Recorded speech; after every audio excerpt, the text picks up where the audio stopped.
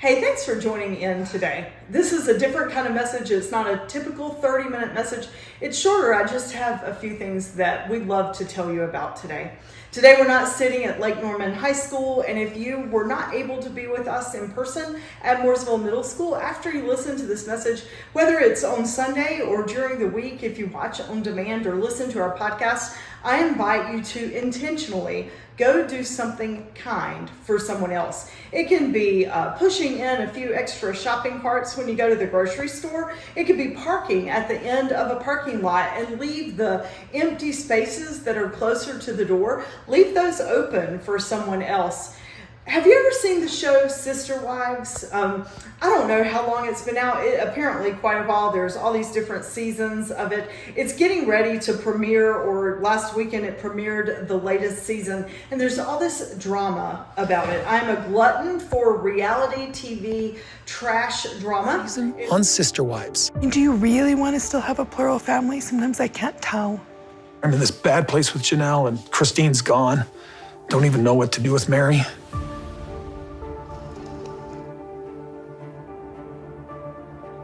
I don't want you to think that I'm walking away because, sorry, I still have hope. In my head, I'm really wondering why she lives in Flagstaff. I'm growing and I need something different. Like, I don't want to be married anymore. There's no question, Robin. He's done with me. Cody's gonna do what Cody's gonna do. You know what, Robin? Have him. We're all grown adults. that don't need a father figure anymore. If you can't look back with a sense of humor, what a waste. Well, I'm not laughing. I'm not laughing here. I'm not laughing. I haven't been laughing with her leaving. This is not the happy-go-lucky Cody Brown that I used to know. So what partnership do we have? This is not only me, Cody. Don't you dare point your finger at me. I just wanted to let you know I'm not going to be around. It's not what I want. I wanted to sit on a porch with my sister wives, with our kids and our grandkids. Everything's changing. There's been a lot of, dare I say, drama. Everybody's angry. Everybody's angry, right? I worked so hard to do what was right. And when you lose that, well, I should just be the devil I think I am now. No, you make this Listen to me. excuse forever, but Shut your mouth and let me talk to you for a minute. No. You stay I'm and done talk. listening to you. Okay, so we're done. Goodbye. You. It's a innocuous way to escape, and so for years I've been fascinated by the show Sister Wives. For the life of me, I cannot understand how one person can be equally committed in a loving lifetime partnership, covenant relationship with multiple people at the same time, and it always be equal. So I started watching the show and I'm like, okay, well, they all seem happy. And then I was watching the season when he met this new woman that he wanted to be his wife. Her name is Robin, and he was going to bring her into the family. And the other three sister wives were all lovey about it. They were so excited that they were going to have a new sister, and they all went to the wedding, and genuinely, like, everyone at the wedding seemed excited that this new person was coming into their lives and their family. And then she ended up having a baby, and everybody was excited about that. And I just thought, this is a little creepy. I mean, I just don't understand how you can be equally committed to four different people the same ways at the basically same time. You have a rotation. Well, it seems, and then I stopped watching Sister Wives, and it seems now that apparently mine and many other people's suspicions about polygamy were true.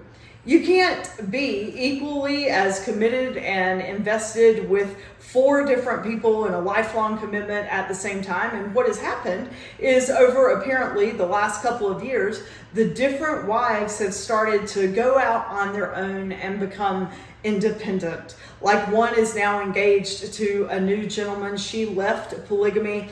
The other one's leaving, and I watched some preview for this upcoming season, and it was Robin, the favored wife, the most recent wife, and she's crying hysterically in the preview, and she's like, I just want to sit on a porch with all my sister wives and drink tea and just love one another.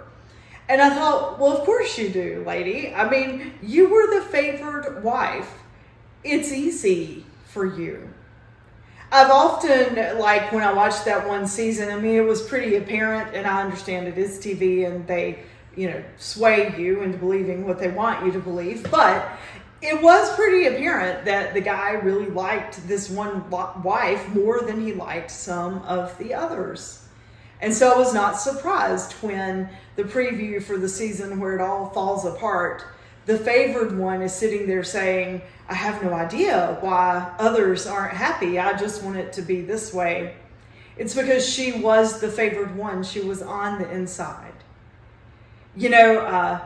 It's important to think about, we can't see what we can't see. And we can't hear what we can't hear. I'm going to say that again. I want you to think about it. You can't see what you can't see. And we can't hear what we can't, like we literally cannot hear. When the message of Jesus was going viral, the people that latched onto it were the people, if you read the Gospels of Matthew and Mark and Luke, the people that latched on to the message of Jesus were the people who were not the insiders. They were the people on the outside, the people on the margins. They were the people who were deemed by society or by the other religious leaders as sinners, people that weren't keeping the law so that they would be accepted by God. They were people who were in lots of different ways in need of healing and in need of being made whole. And they were the poor. They were those who were not affluent and by worldly and earthly standards. Even thousands of years ago, they simply did not have what others had. The poor, those in need of healing, the oppressed, and those who were seen as wrongdoers, they were the ones who were always on the outside. They were considered to be on the margins or at the bottom. And those are the people that latched onto the message of Jesus. Interesting to note that the people who were on the inside and the people who were at the top, they are the ones who crucified him. After Jesus' crucifixion and resurrection, when people who had originally called themselves followers of the way became Christianity in 313 CE, when the Emperor Constantine made Christianity the state religion of the Roman Empire, the church latched on to that and willingly agreed to let that happen. They thought it would mean a quicker spread of the gospel and probably a safety, because the Roman Empire was oppressing Christianity and Christians. So when Constantine wanted to make it the state religion, those that had the voice at the time said sure. But the problem was government and power did not mix with the gospel and the message and the life of Jesus. Because Constantine, he was about power and about the message being at the top and the insiders. Jesus, he was about the message to those at the bottom and those who weren't included and those who were always considered on the outside. Even Gandhi said that once Christianity became a state religion, it became an imperialistic faith, and it remains to be that even today. When the church became an institution, it became about power. And sadly, over the years, it has become about the people who are on the inside and those who have the power, not the ones on the margins and those who might be finding themselves without. That's why we as a church, we're about the margins. We exist on the margins intentionally. And in all that we do and all that we try to do, we try to think about things from the perspective not of the ones that have the power, but the ones that do not. Remember when I said that you can't see what you can't see and you can't hear what you can't hear? It's true. Go back to the sister wives analogy. The lady that's weeping, Robin, who's devastated that her family is falling apart, like she can't see why the other sister wives are so devastated because she's never been the lesser one. She can't hear their cries of low self-esteem and being shunned by the husband, because she's not found herself in that place. The next time we find ourselves being critical of someone or passing judgment on a decision that was made or why other people do what they do, I want us to remember that we can't see what we cannot see and we can't hear what we can't hear. And unless we have been in the shoes of the other people, no matter how hard we try, we still don't 100% get it. And when we find ourselves in those situations, we have to remember that we always err on love. And we need to always try to give up our power and make it about the other people that we're sharing love with and to.